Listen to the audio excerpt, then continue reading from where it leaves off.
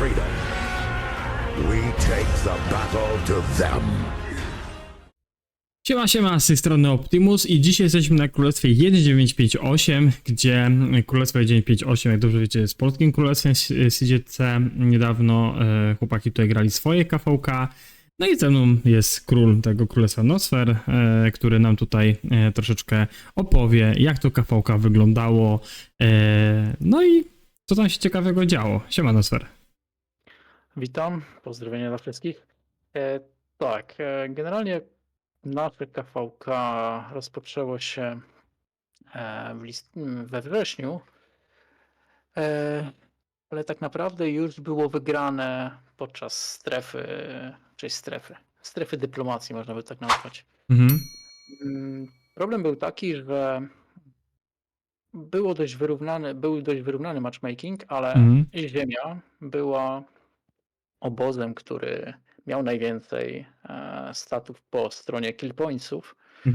I tutaj oni mieli chyba 360 bilionów jako obóz, a następny w kolejności chyba był Wind, który miał jakieś 250.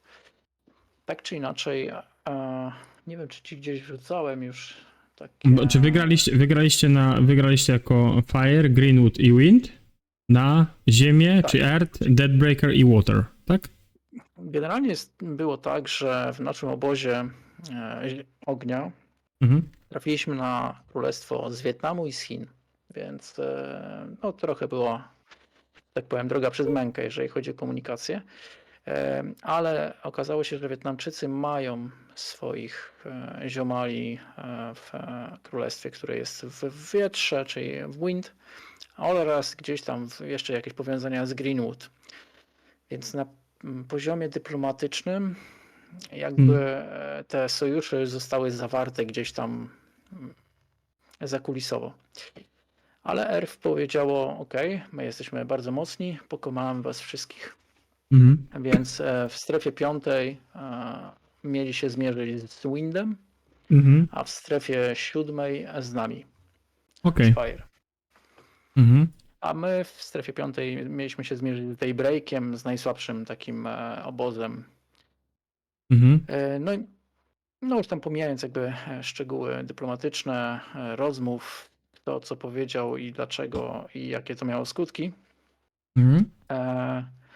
zaczęliśmy KVK właśnie w tych obozach, gdzie byliśmy razem z Wiatrem i z Zielonymi, powiedzmy, albo z Lasem tak naprawdę. Strefa 5, no byliśmy dość mocno zmobilizowani, więc Wietnamczycy, którym zaoferowaliśmy to, żeby poprowadzili nas cały obóz, czyli Królestwo 3023, dość ochoczo przejęło, że tak powiem, Inicjatywę. dowodzenie naszym. Tak. Nawet wrzucili nam swojego oficera, żeby budował flagi, bo uważał, że my sobie nie poradzimy. A już tam pomijam fakt ich zacietrzewienia, braku kompetencji jakichkolwiek dyplomatycznych i pozjadania wszystkich rozumów. To już można, że tak powiem, z własnych doświadczeń gdzieś tam grając. Z Wietnamcami tak jest, klasyka, a niektórymi oczywiście. Tak, oczywiście znam kilku fajnych graczy z Wietnamu, którzy naprawdę są świetni i potrafią na przykład dobrze się komunikować. No ale niestety tutaj było tak, a nie inaczej, ale do tego jeszcze przejdziemy. Więc w strefie 5 byliśmy mocno zmobilizowani i już widziałem, że Daybreak ma duże problemy nawet ze zdobyciem pasa, więc wiedziałem, że będzie ciekawie. My już rzucaliśmy fort na środek, a oni jeszcze nie wyszli, więc mówię, no to będzie pozamiatane. I rzeczywiście po 6 godzinach zepchnęliśmy ich już pod pas, więc tak naprawdę nic nie powalczyliśmy na poważnie w tej strefie. Za to po drugiej stronie mapy Ziemia przeciwko Earth versus Wind. Tam się rozegrało tak naprawdę całe KVK, bo Ziemia rzuciła wszystkie siły na tą strefę. Nie wiem po co. Powiedzieli, że ona nie daje dostępu do Kingsland. No ale cóż, to była ich taktyka. Więc walczyli z Windem chyba przez 3 dni i Aha. tam fala przechylała się a to na jedną, a to na drugą stronę. Zresztą widać to po statystykach, No, tak, że ja oni je mocno wycisnęli. udostępniam, no. No cóż, więc Wind po jakichś 3 dniach zepchnął w końcu Earth. Earth się wycofał z dużymi stratami. Naprawdę, jak ja widziałem te straty po ich po piątej strefie, to te straty wskazywały na to, że oni stracili jakieś 1/3, 1/2 swojej mocy. No tutaj na tych statystykach mamy stałego kawałka, co teraz ludzie widzą. Tak, ale może No. poczekaj. Mhm. Ja ci wyrzucę, ja odznaczę od Fleischa After Zone 5, jak to Mhm. wyglądało Mhm. i ci pokażę to na wykresie. Mhm. Tutaj jest zupełnie zobaczysz, gdzie jesteśmy my. Już wrzucam ci. My byliśmy na 5. miejscu z 6 kampów. Mhm. Czyli nasza strefa Fire i Daybreak, no była najmniej walk było, bo po prostu zmietliśmy przeciwnika. Mhm. Tam były jakieś królestwa typu super wojownicy, 100 milionów siły i 200 milionów KP. Mhm. Więc no, To jest ze nie było strefy z czym walczyć. 5. Mhm. Tak. Więc to była strefa 5. I po strefie 5 już widziałem, że ERF zdobyło bardzo dużo martwych jednostek i to mogło ich mocno osłabić. A w strefie tej 6, przepraszam, 7, takiej ogólnej, Mhm. to my graliśmy na Alliance Invictus, czyli tam mamy 6 obozów, gdzie Ziemia i Ogień mają swoją strefę 7 i walczą tylko ze sobą, Tak. a strefa 7 dla pozostałych obozów jest wspólna. Więc Wiatr razem z Greenwood, może angielski będziemy używać, Wind i Greenwood wyszli przeciwko Water and Daybreak Mhm. i o ile ja akurat Water znałem i nawet chciałem być z nimi w sojuszu, bo ja tam mam dużo znajomych w Królestwie 1920. Mhm. Bardzo fajni wojownicy, takie trochę KD jak nasze. Zgrana ekipa, Mhm. wiedzą o co biega, nie mają może silnych kont, ale w kupie, że tak powiem, mogą zmieść wielu przeciwników. No ale Water jako jedyny się postawił tak naprawdę już później w strefie 7, przechodząc do tego. I tam dość mocno walczyli sobie z Wiatrem i z Greenwood, z Wind i Greenwood. Mhm. A my mieliśmy strefę 7 a oczywiście jeszcze tak pomijając, Mhm. Greenwood wygrał z Water w końcu swoją strefę, ale też walczyli dość długo. No to dziwne, bo po KPK widać, że tak to KD takie. No. Greenwood, że mocniejszy niby od tej wody był, nie? Tak, ale Water bardzo dobrze taktycznie rozgrywa swoje KV-ka. Już nie pierwszy raz z nimi jestem gdzieś tam albo jako przeciwnicy, albo jako sojusznicy, więc wiem o co chodzi. Mhm. I w strefie 7 nastawiliśmy się na ostrą walkę, no bo ERF powiedziało, że wszystkich nas zmiecie i że Fire jest cienki i w ogóle. Mhm. W międzyczasie musiałem zażegnać jeszcze konflikt między wietnamskim a chińskim królestwem w naszym obozie. Mhm.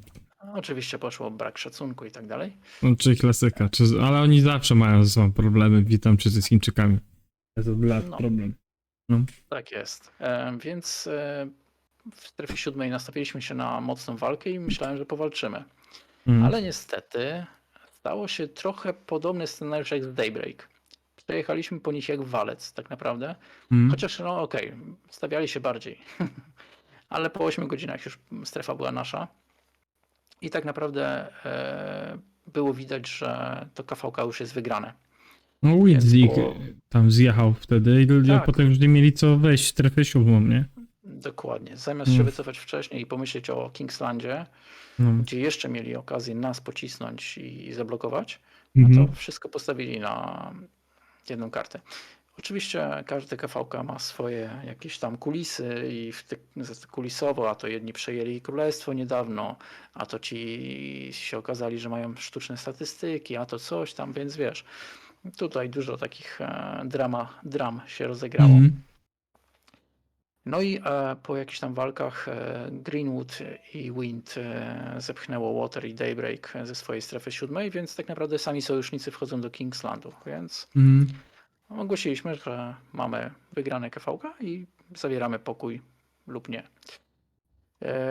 Wstępnie zawarliśmy rozejm, na przykład zerw, ale niestety na Discordzie takim specjalnym, który stworzyłem tam dla wszystkich obozów, Mhm. gdzie właśnie też robiliśmy składkę na dashboard i skany, Mhm. wywiązała się pyskówka między naszymi liderami, Wietnamczykami, a Chińczykami. królestw. Nie, Nie? tym Jeszcze razem inaczej? Południowa Korea. A, okej. Tak, Królestwo 2447 to Południowa Korea. 2, No 4, i od 4, słowa do 7. słowa oni chcieli mieć dostęp do bastionów, tylko w strefie 6, do której mieliśmy wejść niedługo. Oddać nam, tak naprawdę chcieli pokasować flagi i oddać nam struktury, Mhm. żebyśmy mogli sobie wziąć do nagród, a oni tylko chcieli dostęp do bastionów i już wiedzieli, że po KVK jest. Ale zaczęła się pyskówka, kto jest mocniejszy, kto ma rację. Nasza liderka, bo mieliśmy liderkę niestety, stwierdziła, że ona nie będzie się gadała z takimi cienkimi graczami i w ogóle nic im nie da. No i tam ci Mhm. się wkurzyli, powiedzieli, no dobra, jak nic nam nie dacie, no to my zabudujemy całą strefę i będziemy się bronić do ostatniego. No i jak powiedzieli, tak uczynili, więc po ogłoszonym jakby rozejmie, już tam ludzie trady nawet zaczęli robić. Mhm. Ja w swoim królestwie też ogłosiłem, że już koniec, już nie liczymy jakby wyników więcej, bo już no, nie będą one miarodajne. Mhm. Przez co bardzo dużo osób miało u nas cienkie wyniki. Musieliśmy Mhm. dużo się nagimnastykować, żeby jakoś to rozsądnie im porozdzielać, powiedzieć kto do migracji, kto nie do migracji, kto musi zwrócić moc i tak dalej, i tak dalej. Mhm. Mhm. Dużo pracy było na liczbach, statystykach i tabelkach. No ale się okazało właśnie po 2 dniach już tego takiego, wiesz, jakby luzu, właśnie, że będziemy mieć dużą bitwę o Zon, który mieliśmy mieć tak naprawdę już wygrany i za darmo Mhm. mieliśmy mieć oddany. Mhm. No i nie pozostało mi nic innego, jak trzymać się ustaleń wcześniejszych, czyli zamknęliśmy jakby nasze podliczenie statystyk, niestety. No i Mhm. powiedziałem, że kto będzie chciał, niech walczy w strefie 6, a walczymy już dla dużej przyjemności i tak naprawdę statystyk. Mm, No i co? Okazało się, że to były najbardziej krwawe walki, jakie mieliśmy. Mhm. Mocno bronili pasów, później całkiem nieźle im szło. Chociaż nie, jak zdobyliśmy pasy, to już później poszliśmy jak przecinak. Tam już mało się działo przy ich fortecach, bo widać było, że się wykrwawili już na maksa Mhm. na tych pasach. No ale zawsze te ileś tam dni, godzin trzeba było spędzać na budowaniu flag, obstawianiu, bo oni nie odpuszczali. Jak była flaga jakaś lipnie postawiona bez obrony, to zawsze nam ją palili, więc Mhm. nie do końca. Ja miałem bezpośredni kontakt też z królem akurat z południowej Korei, z Mhm. 2447 najmocniejszego. No i wiedzieliśmy, że po prostu no, wyszło jak wyszło. No. Więc Mhm. walczymy po prostu sobie do końca, z szacunkiem i tak dalej. Mhm. No i po strefie 6 nabiliśmy w końcu dużo tych killi. Jakoś to wyglądało na statystykach, ale to też nie do końca są jakieś takie miarodajne do tego, co mogliśmy zrobić. Więc po takim bardzo dziwnym, bardzo takim nieprzyjemnym w dyplomacji KVK, miejscami bardzo nudnym KVK, bo liczyliśmy na kilka dni walk w jakiejś strefie, a mieliśmy kilka godzin. No, na szczęście już się kończy to KVK, ale też Mhm. mocno przez to odchudzamy nasze KD, bo ludzie myśleli, że oni sobie powalczą, nie wiem, w Kingslandzie albo gdzieś tam dalej, a tu się okazało, że jak powiedzmy jakaś część, większa lub mniejsza część królestwa się zepnie, to potrafi taką strefę ogarnąć szybciej i no niestety niektóre osoby czuły się poszkodowane. Tak czy inaczej, trochę się odchudzimy po tym KVK i też tak naprawdę teraz od 11 listopada ogłaszamy rekrutację. Ogłosiliśmy rekrutację i wszystkich graczy tam, szczególnie polskich, z naszej strefy czasowej zapraszamy. Ale tutaj widziałem właśnie jak te przegląda pokazuje, widzą te DKP, no to tutaj ERT. Gdyby oni naprawdę mieli dobre DKP, oni gdyby tam mieli, gdyby byli w tych Kingslandach, to oni byliby, to no mieli z gwiazdą, bo według DKP to oni taki, no... No tak, ale musieliby być w wygranym Tak, obozie tak, sojuszniczym. tak. No, ale o tym mówię, że ogólnie oni tutaj minimalnie wyprzedzili Wind, ale no, między Earth a Wind potem jest taka już troszeczkę przepaść. Jest wasz sojusz, czy wasz Campfire, ale to już są takie, wiesz, no takie można powiedzieć przepaści, bo to jest duża różnica już takie, jeżeli patrzymy DKP i kill points. No może w kill pointsach tak bardzo nie widać, ale jest tego dużo deadów, no widać, że strasznie dużo przyjęli na ten. Nie no, fajne KVK i tak dużo walczyliście, więc na pewno każdy porobił tam te 20. No właśnie, no nie. Nie? Właśnie nie, o to chodzi, że dopiero w strefie 6 mogliśmy coś powalczyć, czyli w tej strefie, w której już tak naprawdę walczyliśmy tylko o 2 struktury. Tylko wtedy walczyliśmy. Na tym, no tak, racja, bo w sumie mieliście ten... Fire nie powalczył. Ja wiedziałem, że po prostu będzie Lipton. Ale jakoś tam się udało zrobić jakieś cyfry. Jako królestwo zrobiliśmy 7 bilionów KP. Może to nie jest jakiś duży wynik, ale na pięknie KVK w CDC nie jest źle. Tutaj teraz mam raporty odpalone twoje, z waszego kampu, gdzie tutaj szło Ashurbanipal szedł z Liangiem na Herakliusza z Lapu-Lapu na fort. Gdzie to było? Tak, w której strefie? To jest właśnie strefa 6 i tutaj puszczał rally lider właśnie wietnamski, jest 40-23, który miał najlepszy set i w ogóle bla bla bla. No i on puszczał 3 miliony, ale bardzo szybko padał, bo nie mógł przetrwać Swarma, jak już przeszedł też Counter Rally, to szybciutko padał. No i w końcu powiedziałem, że ja puszczę rally, tylko że ja nie jestem spenderem, więc jak widzisz miałem 2700. Ja zaraz właśnie przejdę do tego, bo mam otwarte, jakby tak powiedzieć, tutaj drugie. Twoje jest tutaj właśnie teraz odpalone i teraz widzimy na tym. To mówisz to, co puściłeś z Scipio Starikiem, nie? Tak, puściłem tak naprawdę dla testu, bo wiedziałem, ale że to, to mam z bramy, a ty mówisz o forcie, to czekaj, to może to jest inne, bo tu mam... Nie, brama. Brama? Aha, okej, dobra, no. No, 2700 na 3000. No ale to i tak mocno tyrało. Nie wychodzi w kill pointsach niby tam powiedzmy na plus, ale... No właśnie, dziwne było to, że tak, przetrzymałem chyba przy Counter Rally kilka swarmów i cały czas to stało, co nie? Więc całkiem fajnie to wyszło. Te Scipio i Tarik są bardzo mocni, jeżeli chodzi o właśnie takie anty-swarm, nie? To jest mocny zestaw, no. No i wiesz, to poszło dobrze. Mówię, okej, ale nie przebiliśmy się. No to mówię, dobra, to ja już rzucę tam wykupiłem tego Crystal Questa za chyba 7 dych. I podbiłem sobie od razu technologię do 3 milionów i już następne masz kolejne rally, to już rally zrobiłem z Williamem.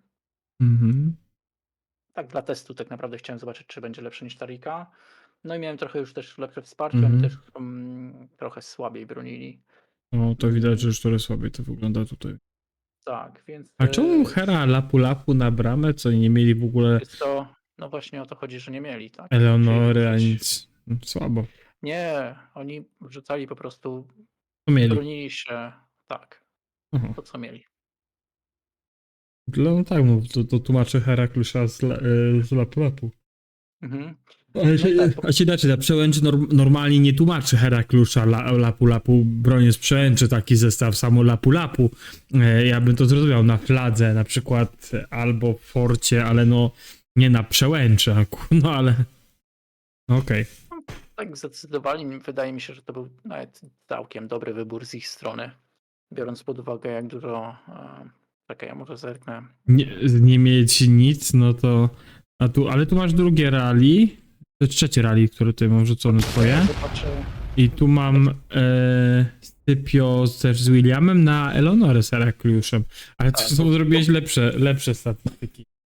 Wiesz co, bo tam przede wszystkim po zdobyciu pierwszych wrót, raczej prawych wrót, przeniosłem konto na lewe wrota, bo chcieliśmy też wejść z drugiej strony. I od razu zrobiłem też rally na to drugie i tam widziałem, że stoi konnica, więc no, piechota była takim jakby jednoznacznym odpowiednikiem. I tam nie wspomagali się, że tak powiem, nie wspierali jakoś mocno, więc szybciutko poszło. No i jak widzisz, No i dobry trade. Kapekita, no bardzo dobry trade. To jest bardzo dobry trade. Wiesz co, ja teraz patrzę jeszcze na to tego Herakliusza, ale z Lapu-Lapu i oni wrzucali tam wszystko, ale nie wrzucali dużo taczek, ale sporo tego wrzucali takich, wiesz, miks jednostek. No ostatecznie tutaj statystyka, które pokazywałem widzom, no to wyszliście no jako ten kamp drugi. Wy jako królestwo dostaliście, tak jak mówiłeś, mi wcześniej 14 autarch. W sumie na wasz cały kamp dostał 45, tak? Dobrze pamiętam? Tak, bo jest Tak. 90, Tak. 210 dla tego, co ma Zigurat i 90 dla Tak, bo sojuszników. wy tu już dostawaliście tym nowym sposobem rozdawania, tym jakby tak powiedzieć, no to okej. No to spoko, to się wszystko zgadza. No to fajnie. No, za autarchy, wygrana KVK też, nie można zawsze gwiazdy zdobywać, zresztą wy w czerwcu gwiazdę mieliście, nie? To jakoś Tutaj tak też pamiętam. moglibyśmy się strzeć, że tak powiem o to, ale niestety jakby układ sił na mapie nie pozwolił nam się wykazać. I tak wyszło jak wyszło. No tak, no strefa piąta i mogliście powalczyć więcej, no tam ziemia też nic wielkiego nie robiła. A sojusznicy ziemi to już w ogóle, jak widzieliśmy tam te statystyki, to już tak w ogóle taka, no słabo to wyglądało, nie? W porównaniu do tego, co tam się walczyło, no to... Na pewno 19-20, czyli nasi jakby przyjaciele, ale niestety walczyliśmy przeciwko sobie. I 1291 to są takie dwa królestwa, które znam i z którymi się, że tak powiem, lubimy. Przypomnij, jakie to KVK graliście, jak to się nazywało? Alliance Invictus. Alliance Invictus. Sojuszów? Alliance Invictus, to jest to... Nie wiem, co jest po polsku. Czekaj, Alliance Invictus to jest, ja też mam po angielsku, ale to jest coś związane, bo to nie jest nowy KVK, nie? Okej, ale to tam mieć coś takiego jak strzelanie, nie, to jest co innego, Shifty Gears jest ze strzelaniem. Mogliśmy zrobić outpost z flagi, czyli wrzucać jednostki i nimi dysponować. Okej. Mogliśmy wrzucić shielda na flagę.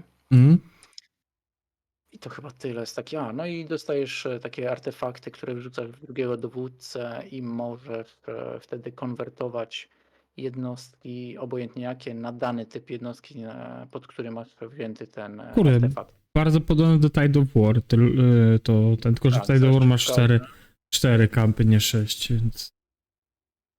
więc ale no ciekawe, no ja przypuszczam, że my kolejne KVK pewnie w nowym roku będziemy grać u mnie w KD i to będzie, obstawiam, że będą wszyscy chcieli zagrać te nowe związane z Ragnarem i tak dalej. Tego, co tam już pisałem z niektórymi z R4. A wy co planujecie? My będziemy się zapisywać gdzieś tak w połowie grudnia, żeby zacząć następne KVK w styczniu na początku. I prawdopodobnie będzie to albo nowy scenariusz, albo Tides of War. Jednak wiesz, im mniej kampów, tym lepiej, szczególnie spokojniej jest w dyplomacji. 2 na 2 jest okej. Ja wszystkim królestwom, które grają teraz KVK lub też zapisują się w polskim, zawsze polecałem zagranie KVK, gdzie są 4 kampy, czyli tak jak Heroic Anthem albo Tide of War. I wiem, że Heroic Anthem wszyscy już żygają. No ale teraz jak wyszedł King of the Albritain, gdzie też jest 4 kampy, no to mi się zdaje, że to będzie kolejne KVK takie też oblegane z tych powiedzmy czterokampowych, gdzie się ludzie będą Chyba teraz się zapisywać. zapisało jakieś 400 królestw, tak? 371 z tego co wiem od króla z 2732 i dzisiaj gdzie nagrywamy to jest chyba mają 2 albo 1,5 dnia do skończenia dobierania matchmakingu, kto z kim i tak dalej. Więc No tak, bo mamy ten. Ja ci jeszcze wrzuciłem screenę tego No. artefaktu, screenę O. tego tego scenariusza i że jeszcze są support skillsy, które odblokowujesz na bastionach, ale one są tylko i wyłącznie do open fielda. Nie działają w rally ani w garnizonie. Dobra, poczekaj, ja to już sobie tutaj szkoda. skopiuję. A, wiele rzeczy jest czasem szkoda, co Lilith wymyśla. Bo tutaj mamy... Scypio mi trochę ucięło. No, A, ja to jest się ten uciekłem. artefakt. Dobra, to jest ten Tak, ja artefakt, tylko dobra. opis ci artefaktu wrzuciłem. Tak, dobra, to już tutaj pokażę na tym, tak. Aha, czy to jest to, co miałeś ze Scypio? No, czy to działa jak normalny artefakt praktycznie, nie? Tylko, że tutaj może Tak, tak. tylko, że on działa, a nie działa w Lost Canyon i Sunset Canyon, okej. Wiem, że to działa też na tym. Nie. Wiesz, ja mogłem o tyle fajnie, bo na przykład jak gram jakąś czystą piechotą, no to już później mi trochę brakowało tych jednostek, więc...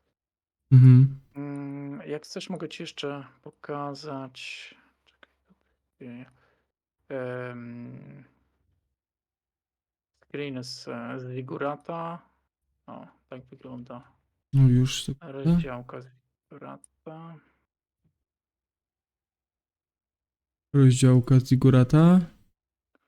No, autarchy jak są rozdzielone. Mhm.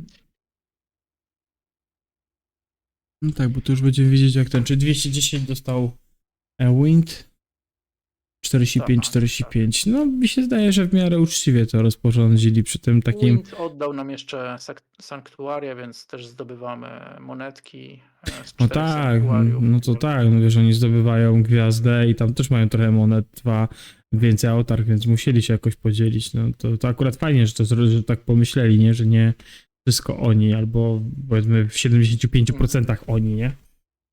Więc to No fajnie, i że tak zdobędą też pomyśleli. jako koalicja też zdobędą, niestety zepchnęli nas z pierwszego miejsca pod względem honoru.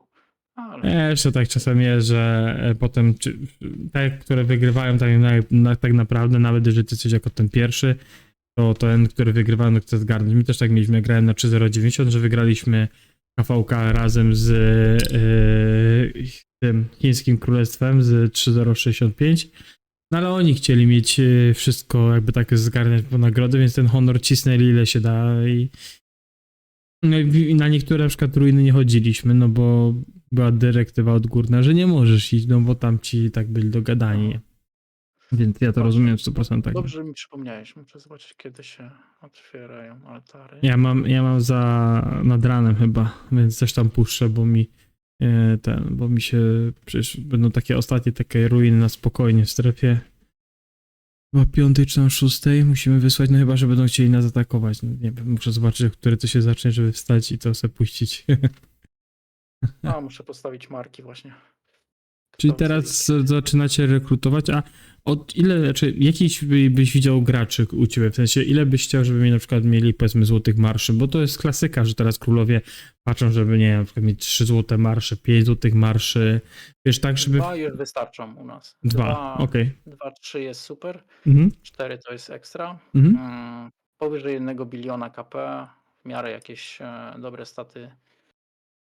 Jeżeli chodzi o power, taki rozsądny, nie jakieś 100 milionów, nie wiadomo po co. Więc wiesz, też jeżeli jest jakieś bardzo młode konto, perspektywiczne, to też możemy gdzieś tam przymknąć oko na statystyki killpointsów, ale raczej idzie to w parze gdzieś tam. Nie mamy dużych wymagań, ale też bardzo selektywnie dobieramy sobie ludzi, szczególnie my stawiamy na taką mocną grę zespołową, więc chcemy, żeby oni byli bardzo komunikatywni, byli na Discordzie dostępni i żebyśmy mogli zawsze do kogoś, nie wiem, nawet wysłać SMS-a, że mu palą miasto, co nie? Gdzieś tam zostawiamy też sobie numery telefonu. Jak ten też a propos takiego Easter egga, co rzucimy, może jak już nagrywam dzisiaj z tobą, może to niektórzy widzowie wyłapią. że jest poruszony drugi temat Boomfire Event Gathering, No, który, widziałem. tak, jest poruszony w sensie, który tam, żeby, Ogłosiła, no. tak, ale że poruszyliśmy temat, żeby w Polsce zrobić jeszcze raz. Tam poruszyliśmy temat, tym zobaczymy jak to wyjdzie. To już zostaje w tym momencie w głowach i w rękach jednego pana, który to może zorganizuje drugi raz. Wszystko tam się dogada. Jest taki mały easter egg, na pewno będzie to w Katowicach, ale zobaczymy, czy to się uda zrobić na takiej zasadzie, jak w Warszawie robiliśmy. Zresztą do teraz jest ten filmik promowany ze zdjęciami z Boomfire Gathering Elite, bo taki 4-minutowy jest ich na kanale, gdzie jesteśmy, między innymi właśnie z Polski jest ten zdjęcia są pokazane Dokładnie. z tego, więc może się uda tym razem i to nawet lepiej zorganizować, jeżeli tym razem Elite nie będzie chciała odwalić jakiejś szopki. Liczę No. na to, bo też może od nas znowu fajna ekipa też przyjechać. Między innymi mnie się powinno też udać, bo wtedy nie mogłem być, bo Kingsland otwiera. No zobaczymy, ja rzuciłem temat tutaj koledze, który to robił pierwszy raz, powiedziałem, że mu pomogę, tylko no wcześniej, on musi to zacząć, bo jak już ma tam kontakt i ten, to niech to pociągnie, jeżeli oczywiście możemy, jeżeli robiliśmy, no bo w sumie jest ten rzucają drugi event, ale pytanie, czy chcą, żeby inne kraje, czy możemy po raz drugi, no bo tam nie pisze nigdzie, no właśnie, tam nie pisze nigdzie, że nie można, więc, bo czytałem ten regulamin, więc no zobaczymy jak to będzie wyglądać. Wiesz, im bardzo teraz zależy, szczególnie po tym jak weszło Age of Empires Mobile, na tym, żeby jeszcze lepiej zarządzać społecznością, bo to ona tworzy tak naprawdę siłę gry, a nie, wiesz, super grafika czy jakieś tam mechanizmy. To ludzie, tylko i wyłącznie. No zobaczymy, no mam nadzieję, że to będzie fajnie. Mówię, chciałem, żeby to było zorganizowane jak był pierwszy raz, bo pierwsza opcja wtedy jak rozmawialiśmy, no to była taka konkretna, no ale zobaczymy. Dobra, dzięki wielkie za rozmowę. Taki mały easter egg rzuciłem tutaj przy naszym filmie, zobaczymy czy ktoś go wyłapie. Dzięki wielkie, że się zgodziłeś, że w ogóle nam się udało to jeszcze ogarnąć, jak jesteście w Kingslandach, bo wy macie 2 dni home. I w sumie za 5-6 dni będziecie mogli już testować w sumie jako jedne z pierwszych polskich KD, bo większość KD polskich jest jeszcze na KVK. Za 5-6 dni powinniście już móc testować, nie 5 dni, 3-4 dni powinniście móc już testować barbarzyńców na 40 poziomie i zbierać złoża poziomu 8. Gdyby jeszcze tylko dodali gemy 3. poziomu, było super. No to już byłoby za pięknie, ale to co wymyśliło Lilith w tym momencie, jak już tu już jeszcze na koniec tego filmiku możemy tu graczom powiedzieć, to zrobili fajną rzecz, bo może to zapobiegnie temu, żeby królestwa nie grały recovery KVK. Bo będą miały więcej czasu i więcej możliwości, wiesz, do zbrojenia się i więcej zdobycia speed-upów, no bo nie oszukujmy się, te barby, może forty wtedy też będą troszeczkę mocniejsze dzięki temu później, ale na tych barbach będzie się robiło, wiesz, też dużo speed-upów, no ciekawe, jak to rzucę, nie? Bo to jest duży przeskok z 25 na 40, nie? Nie no, jasne. Właśnie odpisuję jednemu chętnemu do KD. Aha, no i dobrze, działaj. Dobra, dzięki wielkie jeszcze raz, trzymaj się, do Dzięki. zobaczyska. Pozdrawiam. Trzymajcie się, subujcie, lajkujcie, komentujcie, pchajmy dalej ten kanał. Do zobaczenia, hej!